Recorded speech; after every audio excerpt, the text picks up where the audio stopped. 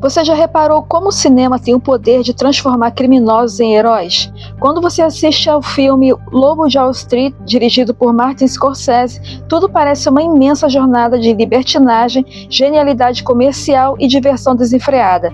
Você vê carros esportivos de milhões de dólares sendo destruídos, festas colossais dentro de escritórios corporativos e assiste a um iate de luxo afundado no meio de uma tempestade no mar Mediterrâneo. Tudo isso é interpretado pelo carisma de Leonardo DiCaprio. Para quem assiste de fora, parece a vida perfeita de um gênio rebelde que descobriu uma falha no sistema financeiro americano e decidiu ficar rico rindo da cara das autoridades. Mas a realidade por trás do filme não teve nenhuma graça para milhares de pessoas comuns que perderam as economias de uma vida inteira acreditando em suas promessas ao telefone. O verdadeiro Jordan Belfort não era um mago das finanças de Wall Street. Ele nunca foi um grande analista de ações respeitado por grandes bancos de investimentos. Na verdade, ele era o arquiteto de uma das máquinas de destruição financeiras mais agressivas e impiedosas que os Estados Unidos já viram. Uma organização criminosa disfarçada de corretora de valores que roubava dinheiro de pessoas de classe média, dentistas, enfermeiras, engenheiros, pessoas que passaram 30, 40 anos economizando cada centavo para tentar garantir uma aposentadoria digna e que em uma única ligação telefônica viam toda a sua vida virar fumaça. Hollywood transformou a sua vida em um espetáculo eletrizante, cheio de humor e momentos divertidos. Mas o Lobo não era um gênio das finanças. Ele apenas era um mestre da manipulação que descobriu como explorar a boa-fé e o desejo de enriquecimento rápido das pessoas. Ele transformou seu próprio crime em um produto altamente lucrativo. A verdadeira história de Jordan Belfort nos deixa uma reflexão profunda sobre os limites da ambição humana. E hoje no canal Lente Curiosa você vai conhecer a história real, sem os exageros da telas, sem mitos e sem fake news. Apenas os fatos frios, os documentos do FBI e as investigações que desmantelaram o seu império. Se você quer entender como o mecanismo da ganância funciona na vida real, já clica no botão de se inscrever, ative o sininho e se prepara, porque o sinal que causou a sua queda definitiva veio de uma única ligação telefônica que ele nunca deveria ter feito. Para compreender a mente desse homem, nós precisamos voltar para a década de 1970, no distrito do Queens, em Nova York. Jordan nasceu em um ambiente completamente comum. Seus pais eram contadores, trabalhadores que criaram os filhos em um apartamento modesto. Havia, sim, uma pressão constante dentro de casa para que Jordan estudasse e conseguisse uma profissão estável e segura, como medicina ou advocacia. Mas ele tinha uma ambição diferente. Ele queria ser rico. Não apenas ter uma vida confortável, mas uma riqueza extravagante. Desde muito cedo, ele percebeu que tinha um talento bizarro para a persuasão. Aos 16 anos, durante as férias de verão, ele notou que as praias de Jones Beach ficavam lotadas de pessoas sofrendo com calor intenso e que não havia vendedores por perto. Então ele comprou caixas térmicas simples, encheu de picolés e passou a caminhar pelas areias vendendo cada um por um preço muito superior ao de custo.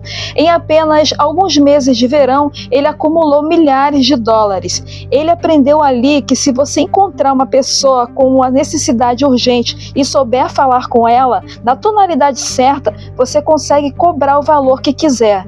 Seguindo o desejo de seus pais, ele chegou a se matricular na faculdade de odontologia da Universidade de Baltimore. Mas no primeiríssimo dia de aula, o reitor da faculdade subiu ao palco e disse de forma fria que a era de ouro da odontologia havia acabado e que se eles estivessem ali para ficar ricos, estavam no lugar errado. Jordan então se levantou da cadeira, pegou suas malas e abandonou a faculdade no mesmo dia. Ele não tinha tempo a perder e de volta a Nova York decidiu entrar para o ramo de vendas direto. Comprou um caminhão frigorífico usado e passou a vender carnes e frutos do mar de porta em porta nas casas de Long Island.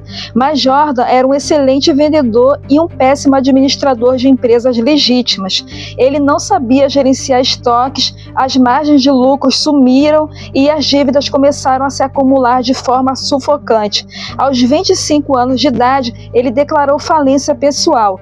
Ele estava quebrado e com credores ligando para sua casa dia e noite. Foi nesse momento de desespero absoluto que um amigo da família lhe sugeriu uma vaga de emprego como corretor estagiário na prestigiada firma L.F. Rothschild, uma das firmas de investimentos mais antigas de Wall Street.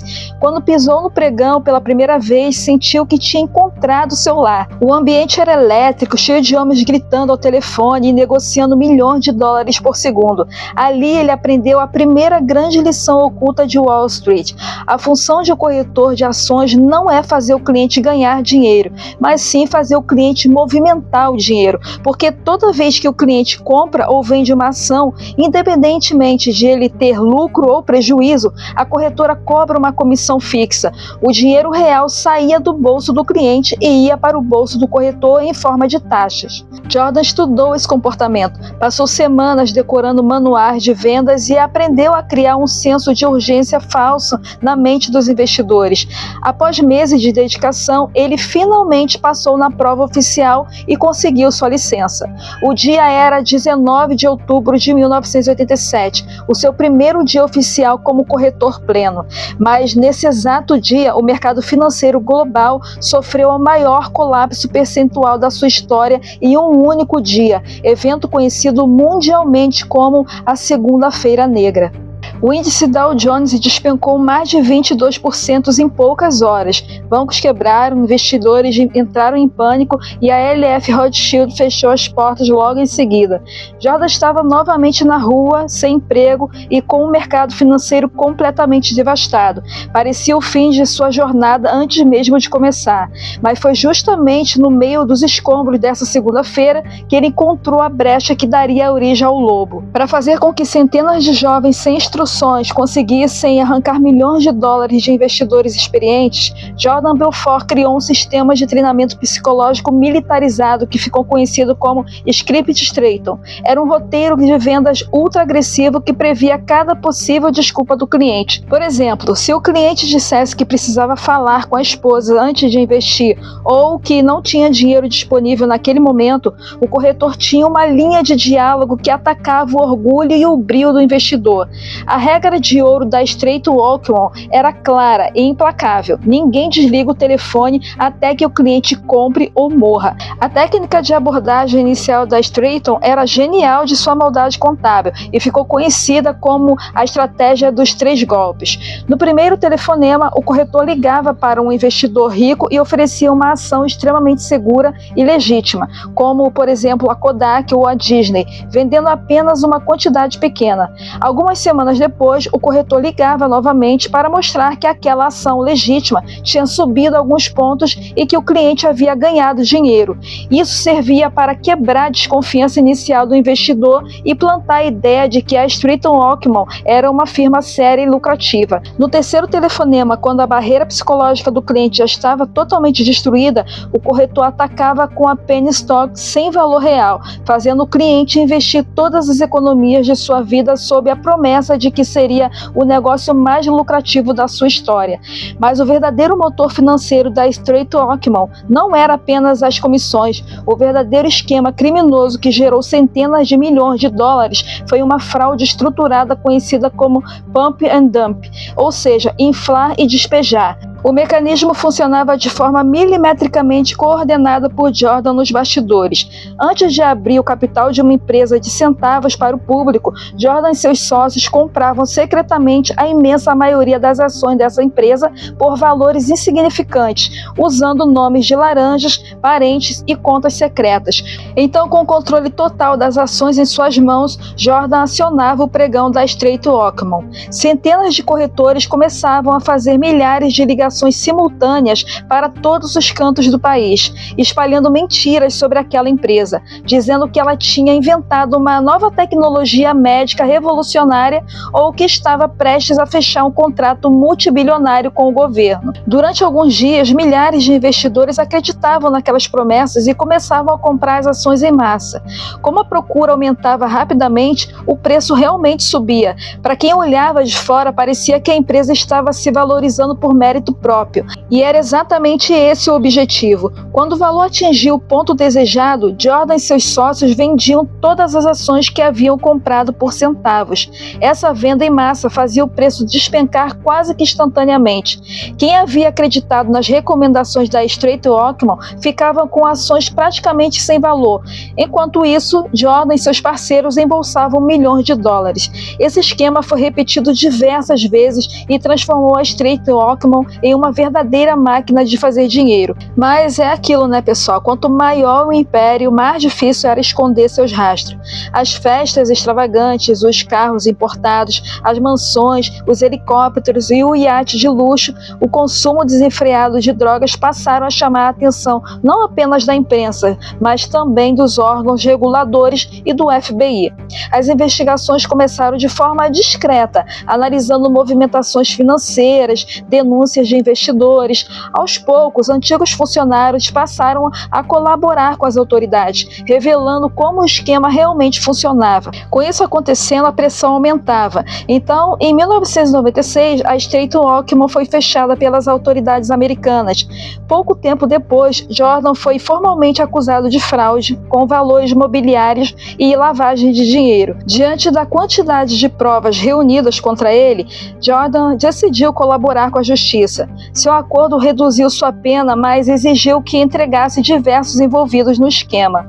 Em 2003, ele foi condenado a 4 anos de prisão federal, cumprindo cerca de 22 meses antes de obter liberdade por bom comportamento. Além da pena de prisão, a justiça determinou que ele pagasse mais de 110 milhões de dólares em restituições a vítimas, embora parte desse valor ainda continue sendo objeto de discussão e pagamento ao longo dos anos. Depois de deixar a prisão, Jordan seguiu um caminho inesperado. Ele escreveu livros contando sua própria história, tornou-se palestrante e passou a ensinar técnicas de venda e persuasão em diversos países. Em 2013, sua trajetória ganhou ainda mais notoriedade com o lançamento do filme O Lobo de Wall Street. Como a gente disse no início desse vídeo, ele foi dirigido por Martin Scorsese e estrelado por Leonardo DiCaprio. O filme foi um enorme sucesso de bilheteria, mas também gerou críticas. Muitos espectadores saíram da sessão lembrando das festas, dos carros e do humor da história, enquanto as milhares de vítimas reais acabaram ficando em segundo plano. E talvez essa seja a parte mais importante de toda essa história. Jordan Belfort não enriqueceu porque descobriu um segredo do mercado financeiro. Ele enriqueceu explorando a confiança de pessoas comuns, pessoas que trabalharam durante décadas para construir um patrimônio e acreditaram que estavam falando com um especialista disposto a ajudá-las. No fim, o verdadeiro lobo de Wall Street não era um gênio das finanças, era um excelente vendedor que usou esse talento da pior maneira possível. Sua história continua sendo estudada até hoje, não como um exemplo de sucesso, mas como um alerta sobre os perigos da ganância, da manipulação e da falsa promessa de dinheiro fácil. Agora, eu quero saber sua opinião. Você acha que o filme acabou romantizando a figura de Jordan Belfort ou acredita que ele serve justamente para mostrar até onde a ambição pode levar uma pessoa? E se você gosta de histórias reais, grandes fraudes e acontecimentos que marcaram o mundo, inscreva-se no canal Lente Curiosa, porque às vezes as histórias mais inacreditáveis não são inventadas por Hollywood, elas aconteceram de verdade. Então, pessoal, é isso, espero que vocês tenham gostado desse vídeo. Não esqueçam de deixar o like de vocês porque é muito importante. Até o próximo vídeo, fique com Deus e tchau!